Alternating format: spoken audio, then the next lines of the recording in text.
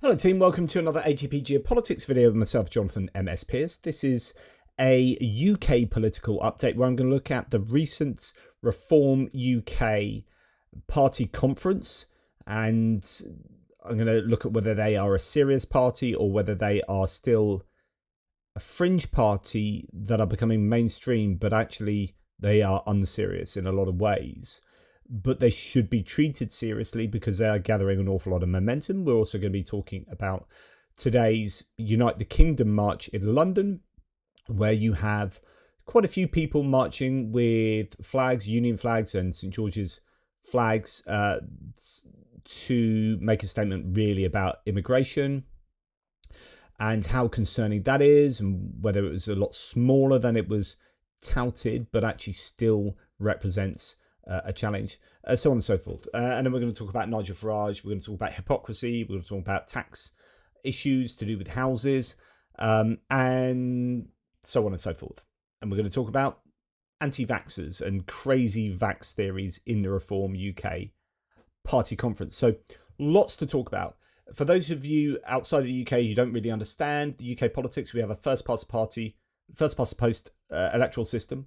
That means that strange things can happen at elections whereby parties can get a seat with only 35% of the electoral vote, for example, as long as all the other parties are lower than that. There's no proportional representation, and that might throw up some curveballs in 3 years' time at the elections. We just had the local council elections in some wards this was in May, I think it was, in England, and Reform swept into a bunch of different councils, taking control of a number of councils, but actually they've been pretty disastrous. Here's a Byline Times article from 11 days ago. Sacked, expelled, or in the dock, all the Reform UK councillors Nigel Farage has lost in just 4 months. So that happened 4 months ago, and actually it's been pretty disastrous. You've had full resignations from councils, you've had defections, attempted defections, quick-fire sackings, suspensions and expulsions, people under criminal investigation, people didn't even show up or have been truant, so on and so forth.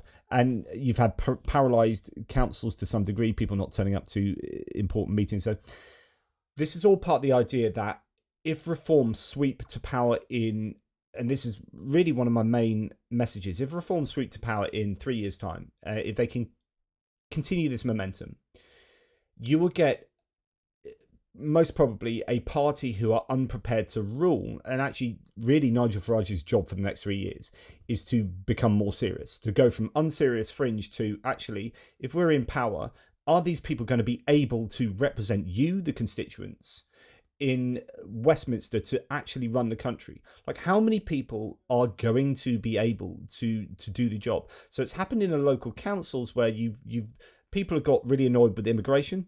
And we're going to talk about immigration numbers as well, because there's a bit of a misnomer about what's going on to some degree. People are really annoyed about immigration, and so they voted local councillors in on account of Reform UK standing for being anti-immigration. But in a local council election, they can't really do an awful lot about immigration matters that are national issues. And so what you've had is a bunch, and this is what really I think underwrites the sacked, expelled, or in a dock idea, that there are an awful lot of Reform UK local councillors who are unfit for purpose, is because you voted people in on immigration who have campaigned on immigration, but actually have either no interest or no experience in running a council. So, you're getting these kind of 18-year-olds literally running adult and children's services departments in a council, and you're barely out your nappies, mate. Now, I'm not trying to be ageist here, but you need some experience when you're dealing with how a council should run services for children and services for adults with needs and so on and so forth. It's just like, so there's no surprise that you've got this situation that you see in the Byline Times piece here, and I'm worried that will be replicated, but in a much more serious way, when you have these people running the country when they're unfit for that job. And so Nigel Farage, I think he does realise this, and so he's trying to get Tory MPs to defect over to Reform, so they have some kind of experience of being MPs, and they're not just a bunch of people elected on anti-immigration platforms to then run a country and have to run the education department and the defence department and foreign policy, and diplomats, reform UK diplomats going across around, and this is, I think, the problem that MAGA are facing at the moment. When you start getting in the US, you start getting MAGA into these positions, and they're not really serious about governing.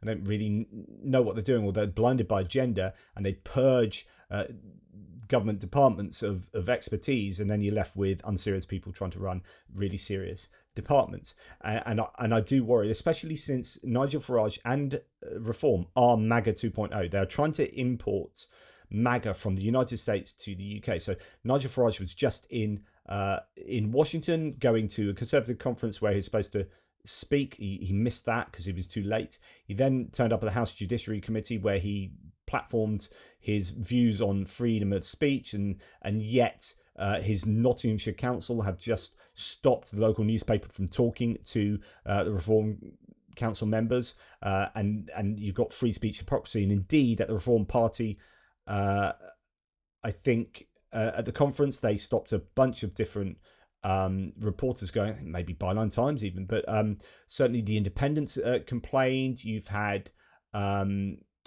New World Magazine were banned. So it's complete hypocrisy around freedom of speech. And the other reason he went to Washington was to start a GB News show over there, as he's one of the presenters of GB News, and GB News is the mouthpiece for reform. So anyway, in the UK political scene, here we have on the left, so I've said this many times, I'll say it again, the left struggles to get into power in the UK because the right has never been split in the vote. So you used to have just the Conservative Party, and on the left you'd have, or centre left, you'd have Lib Dems, left was Labour, and then you'd have the Green Party further to the left, and then you'd have SNP in Scotland and Plaid Cymru in Wales. And I'm forgetting Northern Ireland because it's a lot more complicated up there, loads of parties, and it doesn't follow the party structure in the UK so closely, if at all, really. But certainly in England, Wales and Scotland, you have the left being divided. And that means in order for the left to get into power, because generally we don't really do coalitions, Labour gets in when there's a landslide, when they're so annoyed with the Conservatives that everyone just goes over and piles into Labour. That happened in 1997 when you had 18 years of Conservative rule and you had loads of sleaze scandals, and everyone was really dreadfully pissed off with the Conservatives, and Labour won in a massive landslide. And it happened this last time as well, last year, when people were annoyed with 14 years of the Tories, COVID scandals, corruption, sleaze, and everyone got really pissed off. But it came together with the right being split by the first time ever, with Reform turning up. So Reform, which are the reincarnation of UKIP through Brexit Party to Reform, that's basically the evolution. Reform split the right, taking some from the left but really split the right, and that meant the Conservatives got absolutely tonked. And that allowed Labour to get in on what was a landslide victory, but was a shallow victory in a lot of constituents, but only winning by that much. And had it not been for Reform, the Labour Party would not have won that much, right? It was a landslide only on account of Labour, Reform splitting the right vote. So what goes on in the next election is going to depend on what the Conservative Party's answer is to Reform. Do they merge with the Reform and unify the right? Do they go against Reform by adopting a centre-right position, or do they fight Reform by trying to be a different version of Reform, by being super anti-immigration and populist, right, and just try and steal the Reform voters back to the Conservative Party? So they've got a crisis of identity, the Conservative Party, and it's going to be interesting to see which, they've got 3 years to work out what they're going to do with that.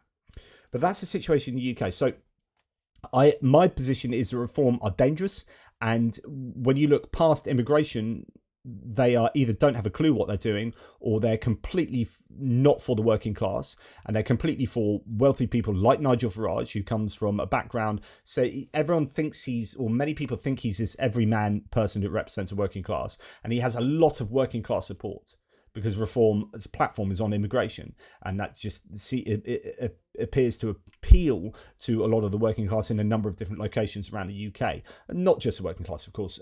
There are many others, but that appeal, is quite empty once you get past immigration. So it turns out that their views on the welfare state, their views on the NHS, their views on education, and so on and so forth, are probably not in the working class's best interests. So it's biting off your nose to spite your face if you are, I think, working class voting for reform. Now, reform also understand this to a degree, and that's why in the last manifesto, in the last election, reform started dabbling with some left-wing policies.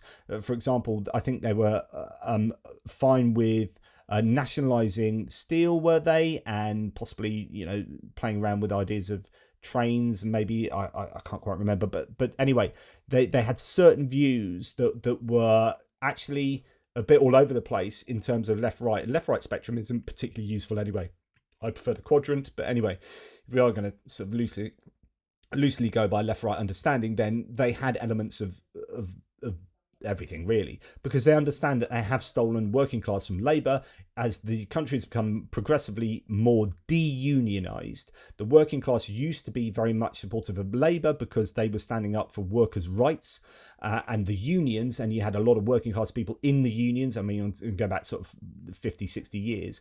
But as that's got less and less and less, there isn't this kind of, and as people aren't so bothered about voting for what their parents voted for, you've got this drift away from Labour towards populist parties. Now, either you go, it's interesting, the Green Party is now adopting a populist left position. They were becoming a serious Green Party, like in Germany.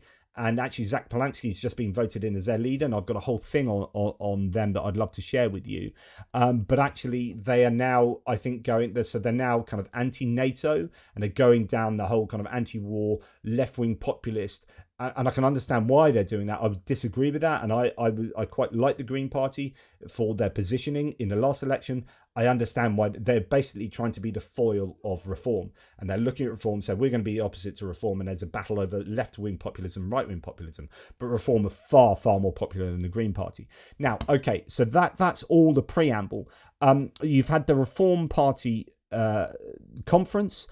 Staggering line, says Aaron Newbury in this quote: as political editor of The Independent, I've taken threatening calls from a member of Reform's leadership and an aide to Mr. Farage telling me that The Independent will be banned from all events if we do not change a critical story or the tone of our questions and coverage. In other words, the whole idea that they're for freedom of speech, the Reform Party, and when you talk about, connections to Charlie Kirk, and there's a lot of talk about that at the moment with regard to the Unite the Kingdom march in London and the whole free speech. We should be able to freely say what we want. Actually, there's a lot of hypocrisy there. They have threatened the Independent. They've banned people from going to their conference, so on and so forth. But when I say it's not particularly serious, and there's loads of images you can get this is Andrea Jenkins. For those of you outside the UK, you won't know her, but she was a Tory MP. I didn't like her as a Conservative, and I like her even less now. Anyway, Andrea Jenkins. If people decide to elect clowns, they're best not complain when they get a circus. Now, this was the opening to the Reform UK Party conference, and you can see this from every direction. This is filmed lots, and it's cringeworthy. But this is trying to be bombastic and like MAGA and kind of like the American scene, I think. She's wearing a sequined bodysuit with a Union flag pinned or embroidered or whatever into the top left, and this is her entrance.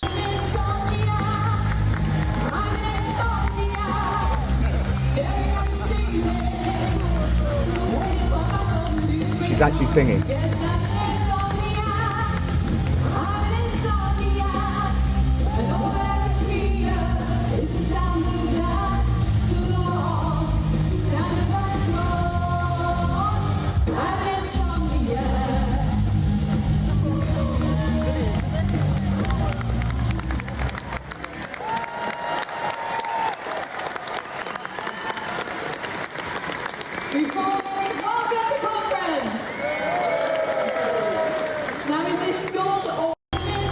Okay, I've seen that from, as I say, multiple angles, and it's bad from every angle. And then there seems to be a lot of singing, and there's a lot of singing. There's a lot of Andrea Jenkins singing at the moment, and this is like, it goes back to, are you a serious party? Is this what serious parties do? Well, again, is this appealing? Are there people that actually, singing and coming into a popular song? Is that a way of modernising politics in the UK? This is at the end of the conference where, of course, they got to get up and sing the national anthem. Andrea Jenkins again.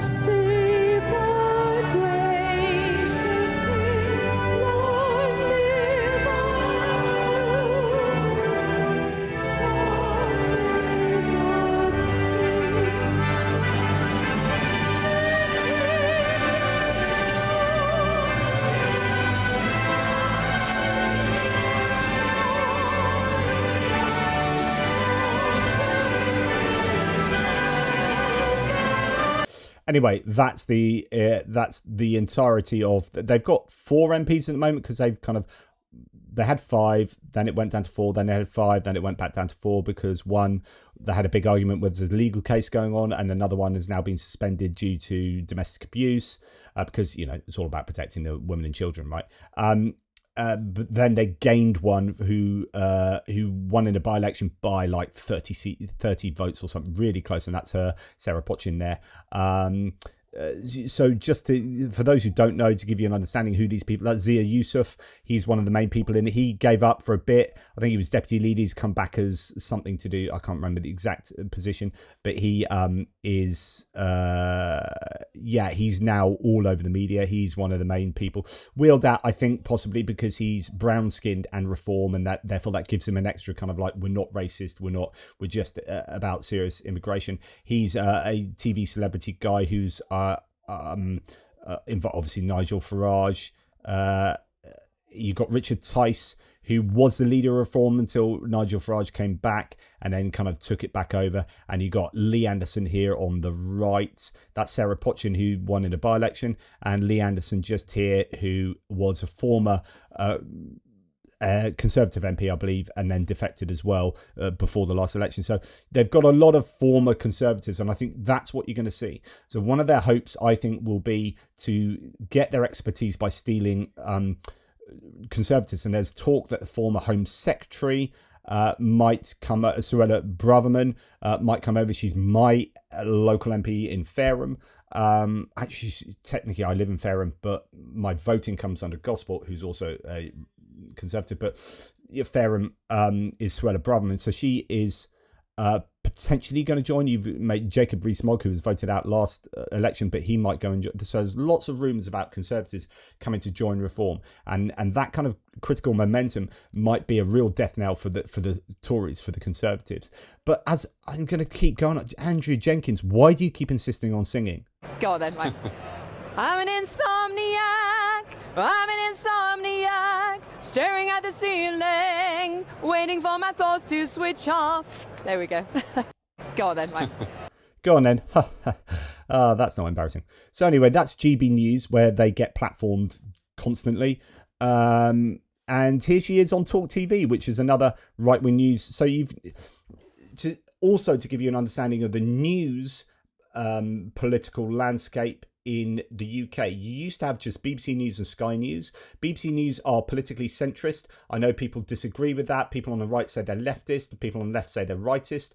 And the reality means they're probably somewhere in the middle, because people look at the BBC and they say, well, they've got this woke stuff on their programming. So they say the BBC News is therefore left wing. But actually, if you look at all the political editors for the BBC for the last however long, they've all been Tories. And if you look at the platforming they give to Reform and to the Tories, is more than to the left. And so actually, and really, they're politically vacuous. So they don't really give political opinion. It's not like the news in the US are not allowed to. Like MSNBC will be basically platforming the Democrats, and Fox will be platforming the Republicans in a very open way. Now, their charter doesn't allow the BBC to do that. So they're not legally allowed to do that. So they end up being quite vacuous. Sky News is kind of centrist, maybe marginally centre-right. It used to be owned by Murdoch. Actually, Sky News isn't anymore.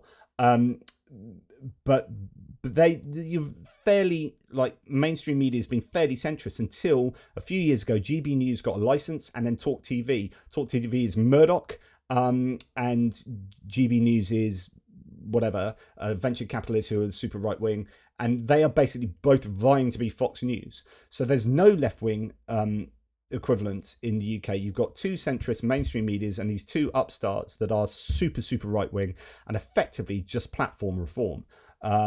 Now, this is Andrea Jenkins now on Talk TV. So she's gone on GB News to sing. Right. Speak softly, love, and hold me warm against your heart. I feel your words, a tender, trembling moment start. We're in a world our very own. Share. Right. So straight away, wouldn't vote for them on account of that a bunch of times. Anyway. it's not about Andrea Jenkins singing, but my goodness, it does worry me. And then there's this idea that, the people at the party conference in the Reform Party conference, as Mukhtar here says, they're moving like a cult. This is just worrying stuff. Right, you see how keen our supporters are? They even get tattooed. Can't be bad. Right, you see how keen our supporters are? They even get tattooed. Can't be bad. Can't be bad. Nah. Yeah, no comment. Really. Okay, now let's actually go to the conference and let's look at one thing which I think was the most worrying thing. But it's summed up really well by Lewis Goodall here from the News Agents, who talks about this lack of professionalism because they're driving for that. They need that. And this is that tension I was talking about that Farage, I'm sure he knows he has to deal with. They also decided to give a central slot on the conference stage to Lucy Connolly, who, of course, was only recently released from prison for incitement to violence during a national riot. She was hailed as a political prisoner, this idea which... She pleaded guilty and was sentenced in accordance to the law. Lots of people saying this was like somehow Keir Starmer like putting her in prison for free speech, blah, blah, blah. She literally pleaded guilty. Like the law was upheld, and you can argue that the law's wrong and the sentence is wrong, but change the law and change the sentencing. But she pled guilty. Completely ridiculous idea, which has been doing the rounds on the radical right. Somehow she was kind of Keir Starmer's personal prisoner, and she was sort of sent to prison as a result of two-tier justice rather than committing a crime.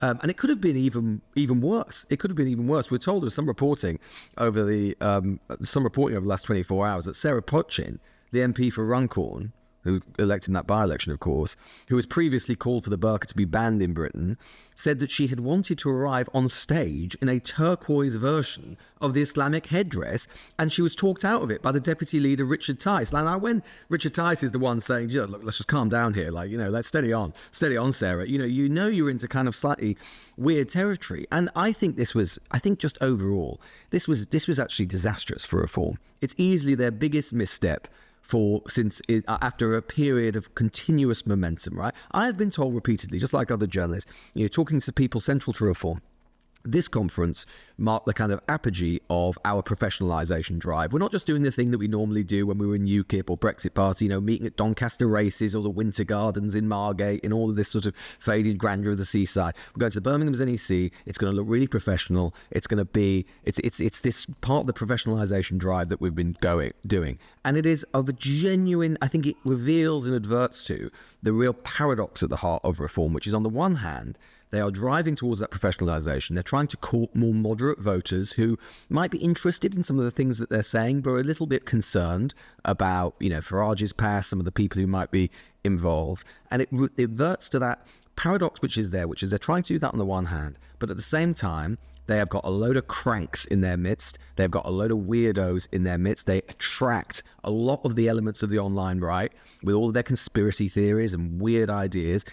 And I'm just surprised that Farage, who has actually been at the centre of wanting to see that off, would have allowed this to happen. And I think actually probably reveals that he is somewhat worried about some of the splinter groups that are happening to his right and or elements of the party wanted to sort of reaffirm their kind of place in that sort of weird online world.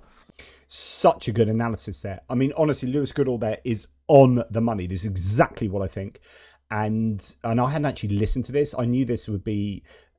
only because that quote, although that's a slight misquote of what he said, but nonetheless, so that's fascinating. That's exactly what I was saying. That they need this professionalism, and that party conference showed that they were just a mile away from that. And it's just like, is this really what you're going to be voting for? And we haven't actually talked about the worst part of it, which is like conspiracy theory, nut job thinking. Yeah, I mean, I think we would have both paid good money to be in the room, which I'm sure was about sort of blue sky thinking. When Sarah Potchin suggested the turquoise burqa and got talked down, you just kind of want to be on that wall, don't you? But I think the some of the coverage about the Reform Conference has been breathless and excitable And my interpretation of that is not just that the rest of the UK media thinks that, reform is, everything that the country needs, but just that they think that they are leaning into what the public wants. They think by talking up reform and talking up its chances and talking up the conference itself, they are basically placing themselves as where the public is. And this is a super important point as well, because the BBC are getting in more and more trouble at the moment for platforming reform. So they have been courting reform actually explicitly, and this came out from a report that suggested that the BBC are worried about losing reform voters. So the sort of people that vote reform are not happy about paying the license fee for the BBC and are anti-BBC, and they see it as too woke. So the BBC have been trying to court them, and they've been asking themselves, and this has come out from memos and whatnot, how to get those reform voters back. So they're changing their programming, their TV programming slightly to mitigate against losing these reform voters as viewers, and also it appears trying to platform reform as much as possible on the news. So reform have 4 MPs out of 650. 4 MPs out of 650. Green Party have 5. They have more MPs and get far less time. In fact, analyses have been done to show that the BBC has given them way more minutes in every single news, considering the percentage of the House of Commons that they represent, and they are basically platforming reform.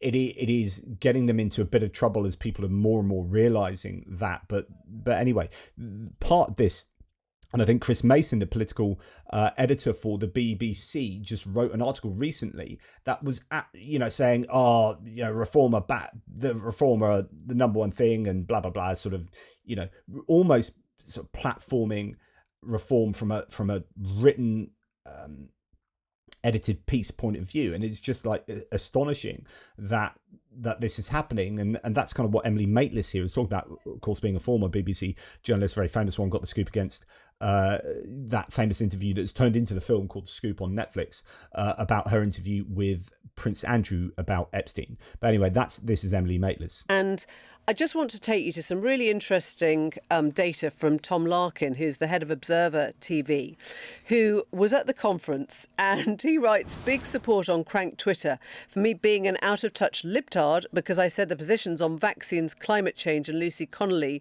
promoted at Reform Conference are wildly unpopular with the public. Are they right?" And he says the short answer is no. He goes into quite a lot of detail that shows how much of the UK completely disagree with the position on climate change. 67% of Britons think that climate change is man-made, and I think it's 83% are in favour of the vaccine. They're not going to start welcoming the remarks by Aseem Malhotra describing the cancers of the royal family as caused by COVID. Talking about this in a second. Vaccine, I should say. And he goes into various bits of the reform platform, which I think is just worth having a look at, because we have all really sort of sucked up this idea that the reform government is inevitable. The news age. So unfortunately it cuts off there, but don't want to spend too long just dipping into this one source. But the idea is that reform are inevitable. They are going to sweep, and I think they probably will.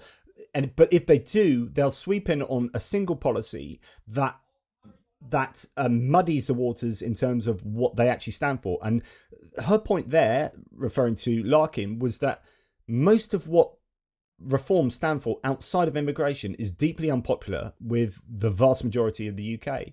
So if you think that reform are super popular, it's more likely to be being strong on immigration is super popular, and actually that will forgive, voters will forgive reform in other areas for being absolutely wingnut crazy in other areas. And you can see this in the US. This is how MAGA have come to power, when they have been super strong on mainly on immigration, but this has happened in the past where you get a lot of working class, say white working class Americans who are really big on guns. Say going back 20 years, I don't want the Democrats to come and take my gun, so I'm going to vote, because I'm a 2A advocate, I'm a Second Amendment advocate, I'm going to vote for the Republicans. But the Republicans will then strip the welfare out that supports that white working class voter, and will do to tax that which will not be beneficial for the white working class voter, but they forgive the Republican Party that because, hey, they're not stealing my guns. So you have this like one issue, single issue voters. I've written articles on single issue voters before, but the US has been quite big on that previously in terms of like, freedom of religion and Second Amendment and abortion and these kind of ideas, which are this is what I'm voting on, and then I'll just not be worried about all these other areas where actually you're going to screw me over. Well, reform is going to be immigration.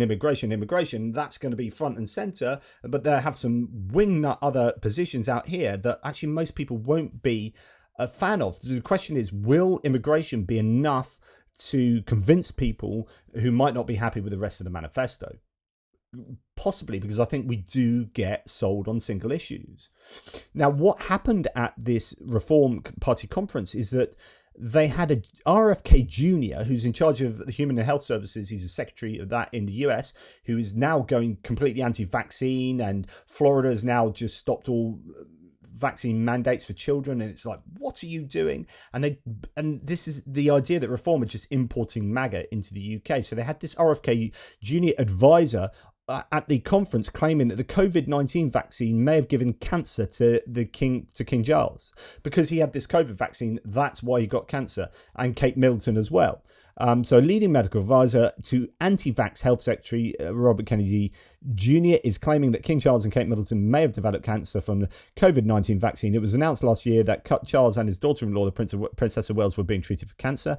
Dr. Asim Malhotra, the controversial British cardiologist who advises the RFK Jr.-linked activist group Maha Action, so Make America Healthy Again, Action, says he believes they could have developed cancer from COVID RNA vaccine, citing discredited studies that have also been promoted by Senior Department of Health and Human Services advisor Stephen Hatfield, who became infamous for pushing hydroxychloroquine when he was part of the first Trump administration, so on and so forth, blah, blah, blah. But he is platformed at the freaking Reform conference. He gives a keynote speech at the conference, and that's like anti-vax stuff at a major political party. So this is a major, you would never see something like that at Labour, the Conservative or the Lib Dem party conferences, or Plaid Cymru or SNP, right? Or the Green Party, to be honest. But Reform, now being emboldened by the success of MAGA, are platforming these wingnut positions, and it's going to be interesting to see whether they will be forgiven for that. Tom McGann says, I see Farage's other business is being given a run out this afternoon. In case anyone isn't aware, Farage is a chairman and founder of an odd anti-vax, anti-World Health Organization entity called Action on World Health. This is a Farage thing. Renowned anti-vax crank Asim Malhotra is their chief health advisor. Action on World Health say they want to replace the WHO, a World Health Organization, is a whole Brexit but for health thing. They even use the same slogans, take back control, etc. It's headed up by another shady guy called David Roach, who is a lobbyist for the nicotine industry, which we know that Nigel Farage was involved in. He was a smoker, or I don't know if he still is, but he's been advocating for rolling back smoking legislation and so on and so forth. Now the logical conclusion, the anti-vax propaganda to the captive audience, the RFK Jr. moment, they've now sown the seeds of doubt around vaccines to a 3/4 full NEC, Birmingham NEC Hall. Someone tell me again how Farage and his businesses are not a threat to the public, please.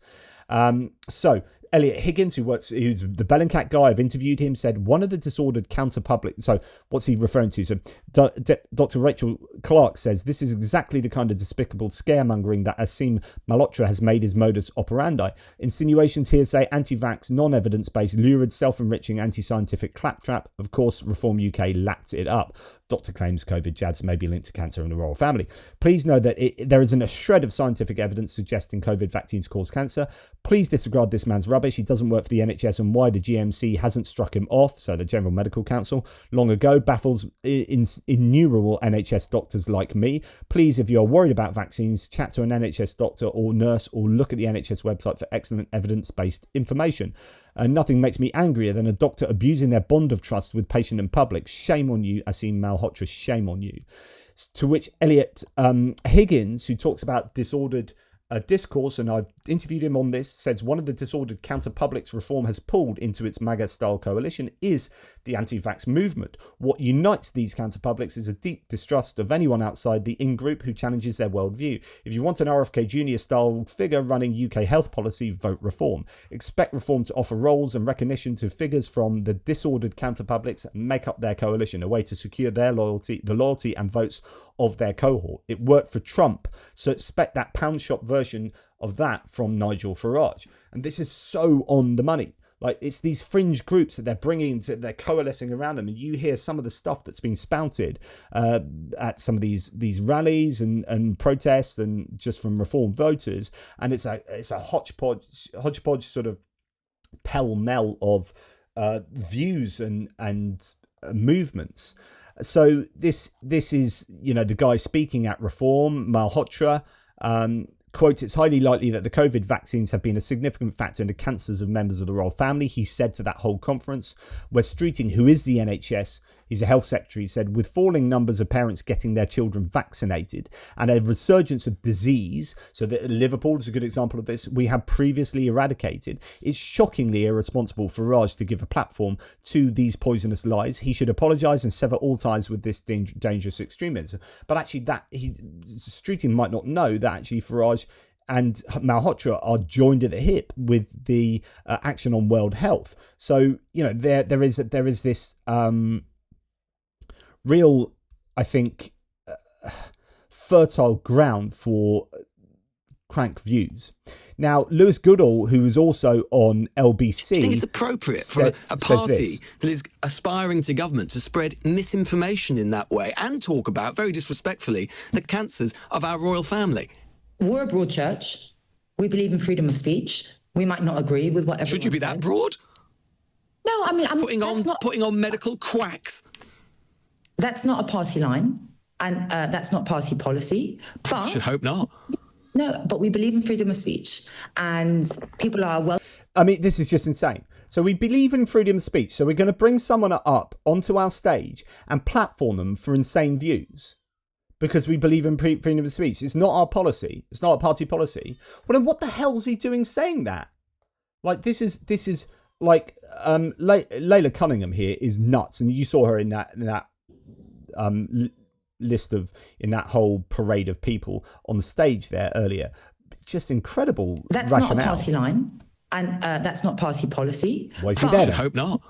No, but we believe in freedom of speech, and people are welcome to disagree with him. Might as well get Hitler up there. It got the debate going, and that's why we put it on. Why should you get a debate going about something that is demonstrably false?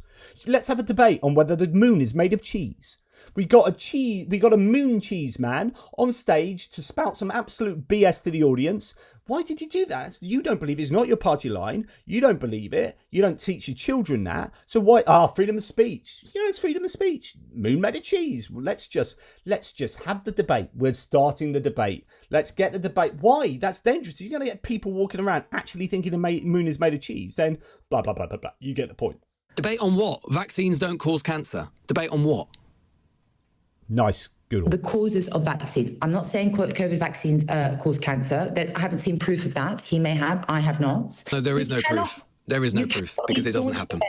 You can't be staunch defenders of free speech like we are and not allow people to voice... Like we are, but we don't allow journalists to speak to us in Nottingham, and we don't allow certain journalists to turn up to our Reform Party conference, because we really like free speech, and we're platforming someone even though it's complete nonsense, because we like free speech. Like we are, and not allow to people to voice opinions that you may disagree with. Obviously, Lewis, you have an issue with that. You think people who don't agree with you are not allowed to voice their opinion.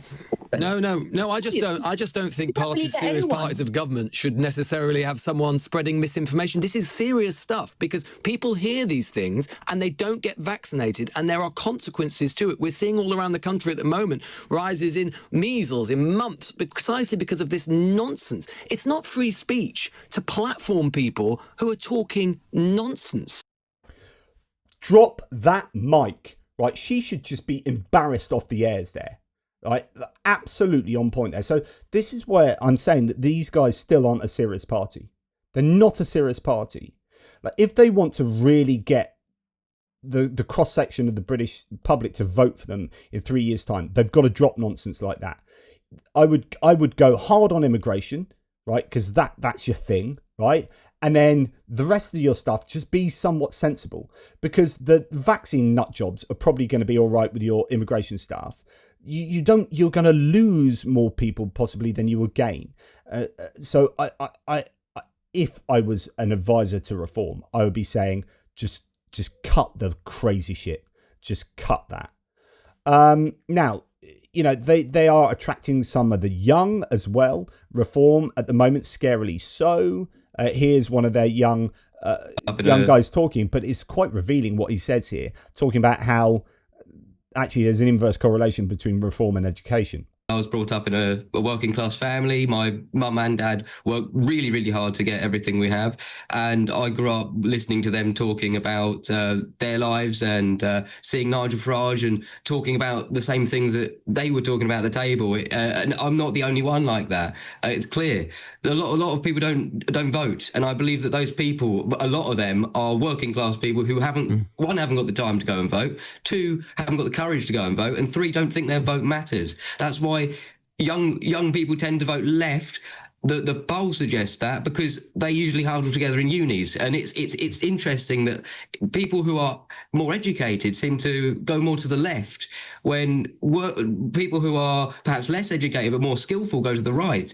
I think there is a balance, because there are a lot of working class people, and they are finally getting a voice. And Reform is second place in the youth poll, so I don't doubt that that's going to go even higher. And there is a worry that for some people who are not fans of Reform, that they are attracting the youth. They've got the algorithm in their favour. Although that poll he's talking about, there was a poll. There are other polls that don't show that, but nonetheless, it is a concern. Right. So now we're going to sort of move on to talk about flags. There's been the kind of hashtag raise the colours, hashtag raise the flags, movement of painting roundabouts with the St George's Cross, and then raising Union flags and St George's flags all over the shop. And then this argument as to whether there is kind of a racist undertone to this.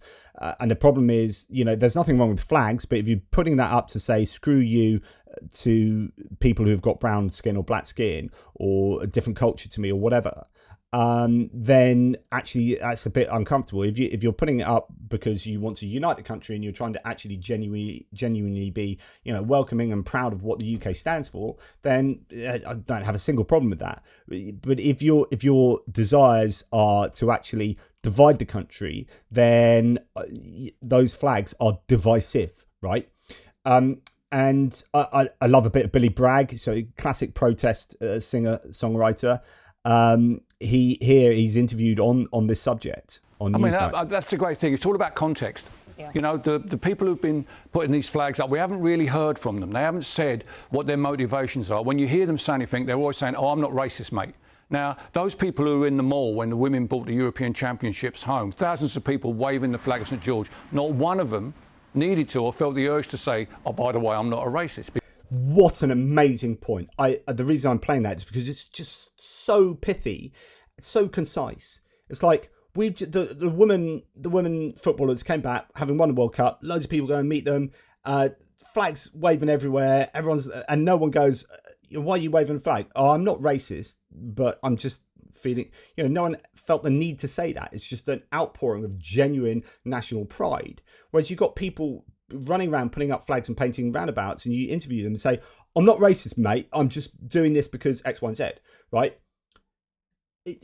And I always say this, like my parents, classically, I'd say this to my parents. My dad would say, obviously he's got dementia now, so I handle him with care. But back years ago, he would say, "I'm not racist, but," and I'd say, "I'm stopping you there, Dad.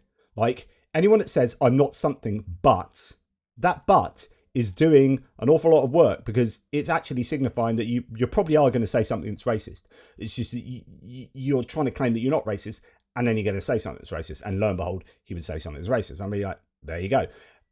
It's just the way it is. So I am not racist, but is a classic. But anyway, here it's like I'm not racist. I'm just proud of putting up these flags, etc., etc. Well, if you feel the need to say that you're not racist, there's probably some element here that is and is underlying the behaviour. Them needed to or felt the urge to say, oh, by the way, I'm not a racist, because in that context it's celebrating our unity, and unfortunately the flags on the lampposts, because they're not saying what they're about, the implication is that they're more divisive, and I personally object to the flag of my country being used to intimidate my neighbours, and that's why I'm so patriotic about it. I mean, I think I'm so patriotic about it. I'm patriotic about the flags not being co-opted.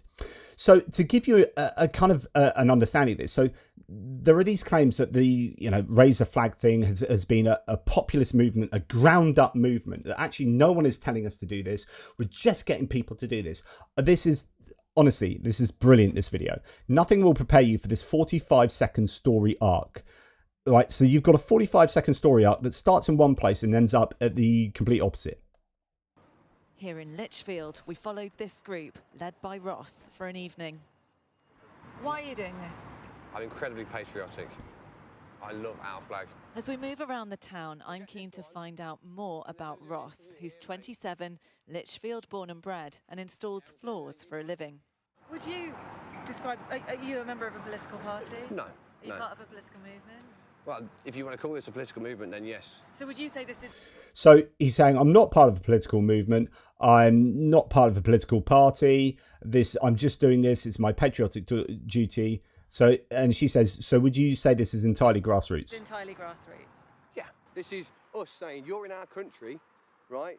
This is what we stand for. You bow to this flag how we do, right? Do you support Tommy? So then he says, this flag stands for, this is our country. If you don't support this, if you don't bow to this flag how we do, right, then essentially sod off. In other words, that appears to be used in a divisive manner. But I'm a grassroots movement, right? I'm not being told to do this. There's no political movement that's making me do this. I'm not a member of a political party. This is just coming from me. Like how we do, right? Do you support Tommy Robinson? Yes. Massively. Okay, so are you affiliated with him? I was with him last night, yes. You were with him last night? He gave me these flags. Right. So it's not really grassroots. Wow. I just love it. This is a grassroots movement. No one's making me do this. So, are you a fan of Tommy Robinson? Yeah, I was with him last night. Tommy Robinson, for those who don't know, is a very divisive figure. He's been in prison. He's in trouble with the law quite often, and he is a super... In fact, today's Unite the Kingdom march is supposed to get millions of people, was Tommy Robinson organising that, and he's like, yeah, I was with him last night, he gave me these flags, essentially told me to come and do this. So it's not really grassroots, like you are just doing what Tommy's told you to do. Anyway, I just thought it was a nice thing. So anyway, or not a nice thing really, this is the march today, and it's worrying. There are some people saying 40,000, some people saying 80,000, some people saying 110,000. Varyingly large number of people doing this. A waving Union Jacks, says Navarra Media, or Union flags and St George's flags. Tens of thousands of protesters descended on London today for a rally organised by far-right activist Stephen Yaxley Lennon, aka Tommy Robinson. Speakers are set to include former Donald Trump strategist Steve Bannon, Katie Hopkins, US right-wing influencers, and an AfD MP, so a German far-right politician, due to be there as well. Over 1,000 police officers are expected to police the event, as well as the Stand Up to Racism counter-protest taking place simultaneously. Now, some are saying that there are more counter-protesters than protesters. I'm not sure that's true. I heard one claim that there were 40,000 Unite the Kingdom and 250,000 counter-protesters. I doubt that's true at all. But Tommy Robinson was saying we are going to get over 1 million, maybe a couple of million, I think he was saying, people there. And if there's sort of 80,000, then this is definitely a disappointment. But I would also see it as there's still a groundswell here, and this can act as a multiplier. So this is definitely something the government should be worried about. All the political parties should be worried about this, and people concerned with social cohesion should be worried about this. So it seems like only 80,000 turned up, a far cry from the millions claimed by Tommy. This was the most promoted far-right event in recent history. It was pushed by the most influential people in the world, including Elon Musk. Months of advertising. His infamy is only on Twitter or X. yeah, okay, that's downplaying it, but I would suggest it is still a significant number of people. This really is a significant number of people that does need to be dealt with. These issues need to be dealt with. Now, even if these issues are based on false perceptions, those false perceptions need to be dealt with, right? Now, here's Tommy Robinson and Katie Hopkins. I think, is that Lawrence bloody Fox there, and all sorts of ne'er-do-wells in my political book. But anyway, so that's what's going on there. So, as someone says here, and say, you know,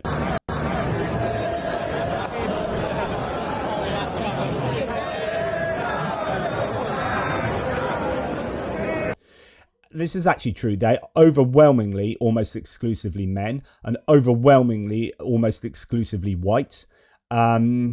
So some would ask, is this a white supremacist march? You know, I'm not racist, but yeah, okay. But isn't it weird that there's very little unifying across cultures here, and it does look like very much a white person's march? Okay, I'm sure there are counter arguments to that, but it is an interesting data point. And these are the sorts of views that we're seeing, or some of the views that we're hearing. Innocent children had to watch their father get shot, and they called him the Nazi. The thing is, right? Jesus Christ! Jesus is king! Now, we don't generally get that kind of rhetoric in the UK, like angrily shouting "Christ is King, Jesus is King, Jesus Christ." This is anathema to me. Like we're quite a secular nation, although we're technically not. We're the head of the Church of England is our king, and there's an involvement of the church and state in a way that it's actually there isn't that in the US, which is constitutionally secular and yet culturally religious, and the UK is culturally secular, but not constitutionally, but kind of you know, in the fabric of our governance, we are there is a unison to some degree of church and state, right? But we're not used to seeing this. And when you've got young men shouting "Jesus Christ," you know, not in a blasphemy sort of way. Their father gets shot, and they called him the Nazi. The thing is, right? Jesus Christ! Jesus is king! I just wonder whether this is like a reaction against Islam, right? And so immigration is essentially synonymous with Islam to a degree, and Islam with immigration. And so Islam is a foreign religion, Christianity is our home religion type thing. You know, obviously we can talk about history and that being imported itself, but nonetheless, you know, we should argue paganism it should be our kind of base religion. But nonetheless, you know, immigration and Islam, I think, are very closely tied. And so to react against immigration is to reassert what you believe is Englishness or Britishness.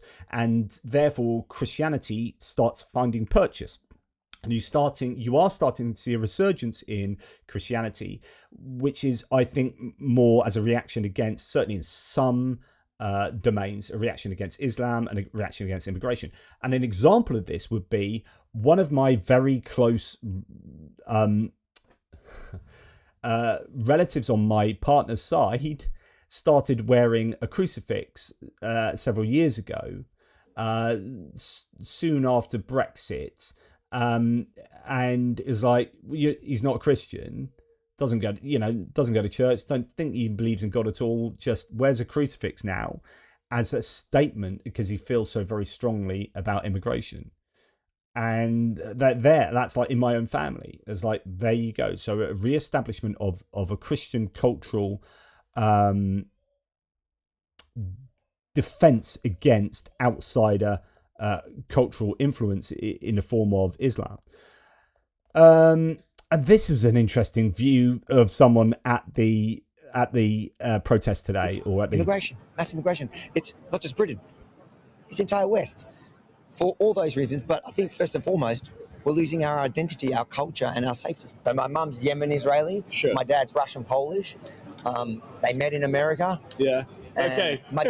But my dad grew up in Australia, so his parents fled during the war. They met in Australia, and that's that story. And my children, they're half Chinese. What the actual? So my children are half Chinese. So he's obviously married or partnered with a Chinese woman, I assume. The parental situation is my mum's Yemeni Israeli, my dad's Russian Polish, and they met in America. My dad grew up in Australia, and my children are half Chinese. Put that together and then say mass immigration, we're losing our identity. What is your identity? Given all of that, and then you are someone who has benefited from movement, and not only you, but your mum and your dad and your wife or partner. All of the people involved in this man's life have depended upon the ability to migrate. And here he's saying mass migration is a problem, but as long as I can do it, my parents can do it, that's fine. But if other people can do it, too many of them can do it, that's a problem. But there's whoa, hang on, let's unpick this, because there's surely a whole bunch of contradictions going on here. Anyway, let's go on to hear some other views. What's the significance of today? The significance, we'll get our country back and bring back the church, mate. This country's lost its way. We need to restore some morals in the country. Yeah. And stop the invasion too. 4K men every month are coming through, and it's men, only men that are coming. I think they could be assembling an army. I swear to God, mate. Let's say Keir Starmer's watching my live broadcast now. What's your message to him?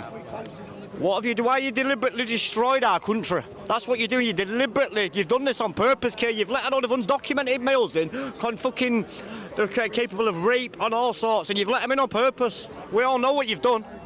I feel it's on purpose, mate. It's destroyed the UK on purpose. What's the significance? So the idea that Keir Starmer is destroying the UK on purpose to allow these undocumented immigrants in illegally.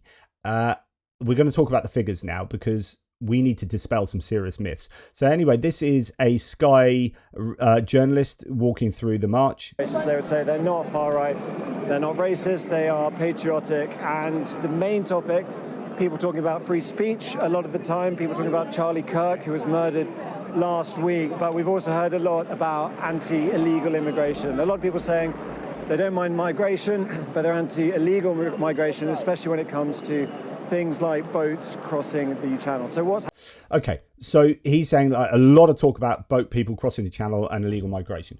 So we are going to... You have to watch this whole video. This is 10 minutes 54 of brilliant data analysis here from Sky News. And we're going to pop in like 2.5 minutes through this to just talk about what actually has happened with immigration and why it has gone up considerably. And essentially, the answer is Brexit and the rules put in place by the Conservative government after Brexit. And essentially, you've got quite a few sort of European migrants that would come over, economic migrants, to come and work in the UK, and Brexit stopped that happening, and then they all got replaced by an absolute ton of non-European migrants who would come over on student visas and then turn that into work visas and then stay. And that all happened under the Conservative rule, and then with the Labour coming in, they've actually done something about that. But what you've got, the reason I'm saying that is because you've got people like this saying Keir Starmer is letting in thousands, 4,000 a week, blah, blah, blah. And it's like, hang on, no. Like, Keir Starmer is actually trying to do something against the tidal wave that came in previously, as some would see it. And it's more complicated than this. And actually, boat people represent a tiny fraction of this. Almost not meaningless, but it's like... It's difficult to know completely because undocumented immigrants are not documented, and so numbers are somewhat tough to come by. But let's look at these figures. Post-Brexit rules that came into place. This is just showing you net migration for different parts of the world. So the light blue line is EU migration. A lot of people coming in from the EU previously, or at least we thought that was a high number back in the day. Then you've got non-EU there. New rules came in. They made it easier for non-EU people to come into the UK. They made it easier for students to come into the UK. And who was in charge then? Well, we had 10, 11 years of Conservative rule by that stage. Just look at what happened. So EU migration went down very fast. Non-EU immigration went through the roof. And what the UK essentially was doing in that moment there where the rules came in was it was swapping relatively high levels of EU immigration with really high levels of non-EU migration. Now, what kind of migration are we talking about here? If we go back to the first chart and just focus on the immigration kind of bar, we can break it down. So let's break that down. And by the way, before we get any further, because it's probably one of these questions you're wondering to yourself, given how much it's in the headlines, how much of this is accounted for small boats? All those pictures of small boats we see all the time, how much of it is small boats? Short answer, not all that much. So 43,000, or just over 43,000 in the most recent year, was small boat arrivals. And of that total, it's about 4.8%, so under 5%. The vast, vast, vast majority of this is legal migration. It's legal. And that's really freaking important, because that's what the government can change. And the Conservative government previously didn't change that. In fact, well, they were as you saw previously, they were starting to get on top of it because they recognised, obviously, that that was a bit of an issue, right? So net migration was absolutely going nuts. And then the Labour have taken over and they're continuing that trend downwards. So for people to be protesting about small boats and this guy shouting about how it's all illegal migrants, no. The big problem in the UK, if you think immigration is a problem, and you can debate that, the big issue should be legal migration. So anyway, I just thought that would be important to go through. So yeah, so when I'm talking about how unserious I think reform are, we've got, here's a county councillor for reform saying this afternoon in the council chamber, so not for reform, this is for a non-reform party, a Reform UK councillor stood up and said, I reject the Equality Act. I want to be absolutely clear here. The Equality Act 2010 is not some optional extra. It is the law that protects us all from discrimination at work, in school, in housing, and when accessing public services. It defends, among other things, disabled people from unfair treatment, women from harassment in the workplace, older people from being denied services, faith communities from discrimination, LGBTQ plus people from prejudice and abuse. Like, you can't just stand up and say, I reject the Equality Act. I, as someone with a disability, when I was teaching, I depended on the Equality Act. I needed it. I would fight tooth and nail against what this person said.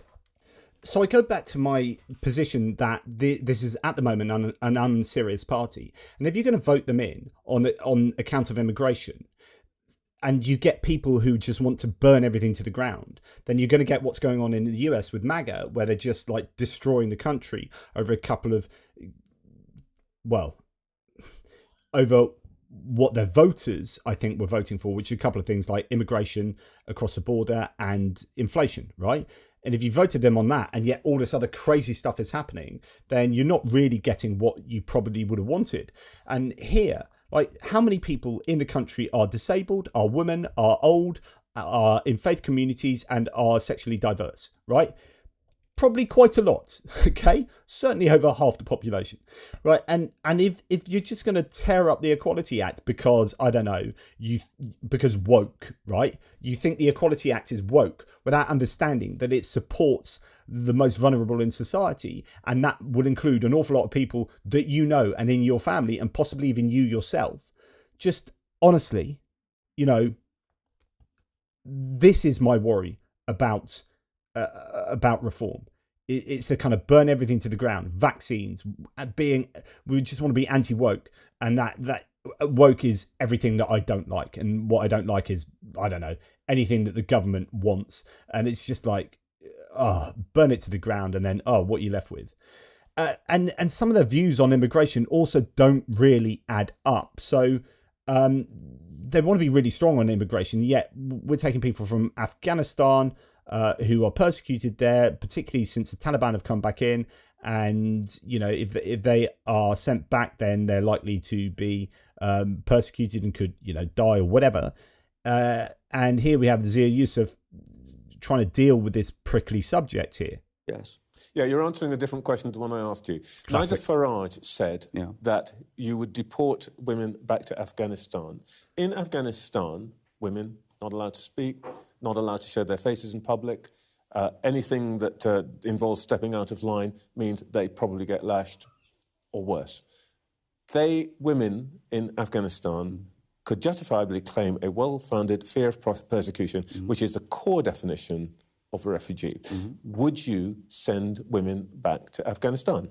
Trevor, why on earth? So the reason why anyone who comes to the country illegally must be deported is because I put it to you, why is this government, why were the Tories OK with thousands of military-age men from Afghanistan, unvetted and undocumented? I'm not asking about military-age men, I'm asking about women. Mothers, Trevor, that's why mothers were protesting in Epping, because it is British women who are now being subjected to that very culture that you just laid out, the Afghanistan culture, which now British people are being subjected to. Look, you know, Nigel Farage has spent 3 days telling us that you are the only ones who speak the truth. You are direct, you know, you talk honestly. I'm asking you a simple question.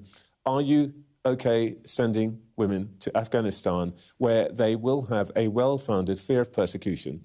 Don't tell me about everybody else. Tell me about those women. Well, I've answered your question several times. Because I'm saying anyone who comes to the country illegally will be deported. And by the way, I want to be clear that the best estimates say, this is really important, right? The best estimates suggest there's north of 1 million people in the country illegally, Trevor. Less than 2,000 of those are Afghan women and children. So 0.2% is the focus of your question. The reality is we have to focus on British people. Well, as Nigel said, look, I'll give you a very, very direct answer to that question. Nigel's been very clear. The Prime Minister of the United Kingdom must be responsible for the rights of British citizens, look after British people. He cannot be held accountable for the actions of every despotic regime in the world. The last point I'll make is the British government is going to send 150 million quid of British taxpayers' money to Afghanistan this year alone. Let's start by negotiating, take back your illegal migrants, otherwise you won't get that. OK, I'm understanding that women are going back to Afghanistan. So just wouldn't answer.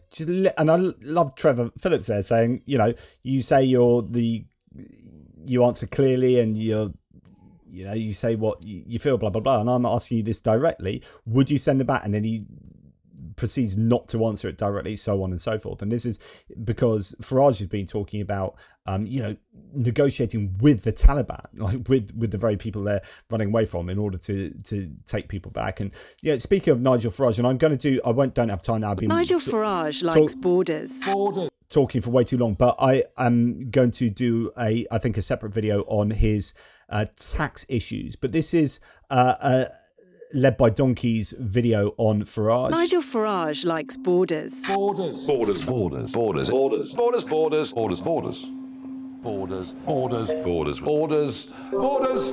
And he doesn't like migrants. Migrants. Migrants. Migrants. Hundreds of migrants. Economic migrants. Sometimes he stands on top of the White Cliffs of Dover, pointing at migrants who are trying to reach the UK and qualify for a British passport in the hope of a better life. But it turns out there are some economic migrants that Nigel likes, and some borders he's happy to help them cross. Take a look at the new Register of Members' Interests, where MPs have to declare which second jobs they've taken. It turns out Farage was just paid £40,000 by a US-based company called Nomad Capitalist. According to their website, Nomad's mission is to help economic migrants transcend borders. But of course, these migrants are not fleeing persecution or desperate poverty. No, they're multi-millionaires fleeing the taxman. And Nomad Capitalist is a wealth consultancy that advises them on how to qualify for passports from different countries so they can offshore their money. So, if you're a wealthy economic migrant, how can Nomad, and by extension Nigel Farage, help you? Well, Nomad say they can grow your passport portfolio and get you multiple second citizenships in different countries. They even tell people to leave your country now and dismiss America and Britain as legacy brand countries. Nomad Capitalist run the Nomad Passport Index, ranking the best passports that economic migrants should try to get their hands on, while showing them how to do it. Farage was just paid £40,000 to give a keynote speech at the Nomad International Conference in Kuala Lumpur in Malaysia. Hundreds of wannabe taxation migrants gathered there to learn how they too can qualify for second, third and fourth passports from 28 different countries. And Nigel Farage was there to inspire them. I was invited to speak to this group 2 years ago. This audience is about 3 times the size. Indeed, Nomad billed its conference, the one where Farage spoke, as 4 glamorous days learning the most up-to-date offshore tax strategies. Britain is a wealthy country, but the gap between rich and poor is now, with the exception of the United States, the highest in the developed world. Our public services, like the NHS and schools, are crumbling. And one reason for all this is the ease with which the super rich can move their money overseas to avoid paying their fair share of tax. They can do that because there's an entire industry that exists to help them do it legally. And a British MP, Nigel Farage, works for that industry. For Farage, a world without borders is fine, as long as it's only for the super rich. And there you go. I just thought it'd be an interesting way to end this video. Farage has a problem on his hands, and he needs to make his party a serious party. And if he wants to succeed, he will need to drop the cranks and the weirdos and the fringe views, because they aren't generally popular across the demographics across the nation. The question is whether that matters, whether people would be happy to forego policies on vaccines and climate change and this and that in favour of just being really hard on immigration. And then how do other parties react to that? What does the Labour Party do? So the Labour Party is moving further and further to the right. That's how they see the answer being, that they need to be super, super hard on immigration. And that means that opens up for the Green Party to adopt the pro-immigration position. That's what it's going to go and talk about in another video. And that's what they're doing. So they are now, Zach Polanski is really generating a narrative that is pro-immigration. Now, that's interesting as a way of positioning themselves, or basically as a foil to reform. So, yeah. And then, of course, like I mentioned, where are the Lib Dems going to go, but where the Conservatives are going to go as well on these matters. Anyway, that's my analysis of what's going on with the Reform Party, and I'll do one on Nigel Farage soon. Take care, and I'll speak to you in the next video.